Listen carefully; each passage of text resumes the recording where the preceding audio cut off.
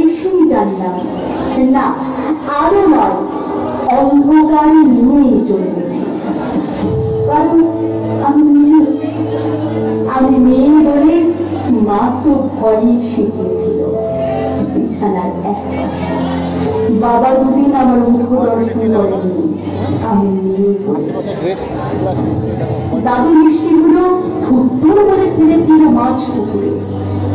আমি মেয়ে বলে ঠাম্মি মুখ দেখিয়ে পাড়ায় পাড়ায় বলে বেড়ালো, কি আবার হবে, খরচের জোগাড় হয়েছে আবার। সুতিকা ঘরে টিম টিম করে জ্বলা আলোয় শুধু মা আমাকে প্রাণ করে দেখে বলতো, কেন এলি তুই শুধু আমার যন্ত্রণা বাড়াতে? জানিস না এরা ছেলে চায়, ছেলে, বংশের প্রদীপ, আত্মমর্যাদার প্রতীক।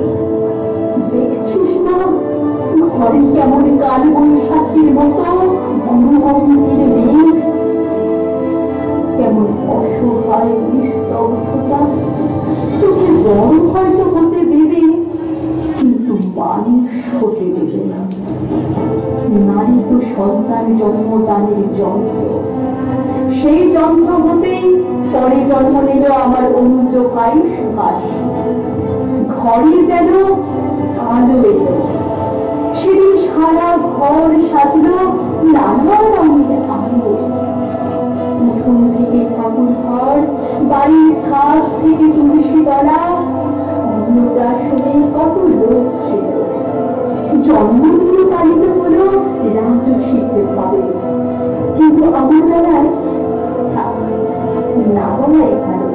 কারণ আমি মেয়ে বলেই স্কুলের গণ্ডিতে শেষ হলো আমার জীবন। উচ্চশিক্ষা কি দরকার আমার, এখন তো পরের ঘরে। ভাই বড় উচ্চশিক্ষা পেল, দিন পর দিন রাত করে বাড়ি ফিরলে বাবা চুপ করে। অথচ শৃঙ্খলার সমস্ত বেড়ি আমার পায়ে বাঁধা ছিল।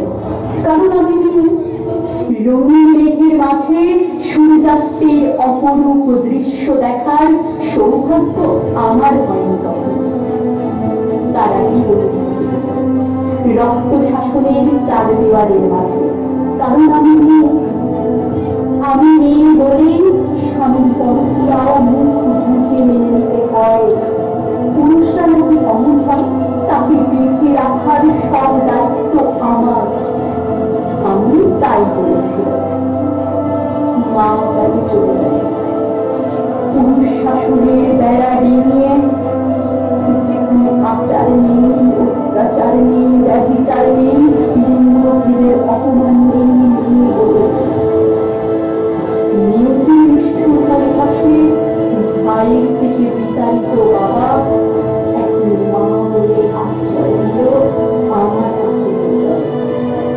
হ্যাঁ, আমি চোখের জলে মাকে স্নেহে বুকে জড়িয়ে ফেললাম। আমি মমতা বেশি বলে, অথচ প্রাগৈতিহাসিক যুগ থেকে যুগান্তরের কঠিন পথ থেকে আমি জেলে এসেছি আলো। আমার গর্ভ থেকেই জন্ম নিয়েছে লিঙ্কন, আমার গর্ভ থেকেই জন্ম নিয়েছে বিদ্যাসাগর, আমার গর্ভ থেকেই জন্ম নিয়েছে সুভাষচন্দ্র, আইনস্টাইন, রামমোহনেরা। অথচ বারবার আমাকে পুড়ে মরে সতী হতে হয়েছে সতীদাকে।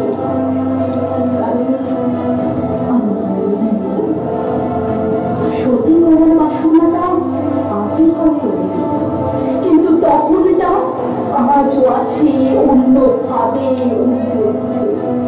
কিন্তু একদিন নারীর ঠোঁট রেঙে উঠবে রক্ত নিয়ে, কলঙ্কের ঘুমটা ছিঁড়ে উন্মুক্ত হব জলে স্থলে আর উন্মুক্ত আকাশে। অসামান্য পদভারে কেঁপে উঠবে ধরিত্রী, দারুণ জ্যোতিপুঞ্জ উদ্ভাসিত হবে চারিদিক। নবালোকে নবদিগন্তে উন্মোচন হবে আবার, অসহায় আতঙ্কে স্তব্ধ হয়ে দেখতে থাকবে রণচণ্ডী মূর্তি হারিয়ে একবিংশ শতাব্দীর নারী শক্তিকে। সমস্ত সিংহ